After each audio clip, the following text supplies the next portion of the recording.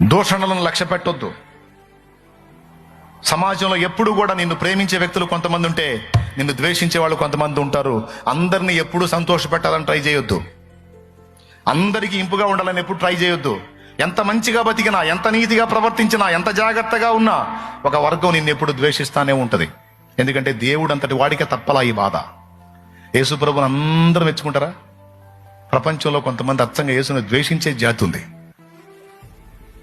ఏం చూసి, ఏం తప్పు చేశాడు, ఏం లోపం ఉంది, కానీ ఎందుకు అంత అసభ్యంగా యేసును మాట్లాడతాడు? ఒక దుర్మార్గుడు అంటే వాడంతే సాతాను సంబంధి. వాడెప్పుడు అదే పనిలో ఉంటాడు. అలాగే యేసు ప్రభు అంతటి వాడికే ఒక వర్గం యొక్క ద్వేషం ఎప్పుడు తప్పనప్పుడు, దోషణ ఎప్పుడు తప్పనప్పుడు నీకు నాకు ఎలా తప్పిద్ది సోదరా? వాళ్ళు అలా అన్నారు, వీళ్ళు ఇలా అన్నారు, ఒక్కోసారి నాకు ఎందుకు బతకాలి అర్థం కావట్లేదు, చచ్చిపోవాలనిపిస్తుంది, నీ బొంద అనిపిస్తుంది.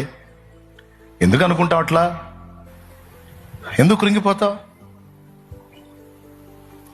మాటలు మన చెవులకు తగిలినప్పుడు బాధ కలిగిద్ది, కానీ మనం స్వీకరించవద్దు.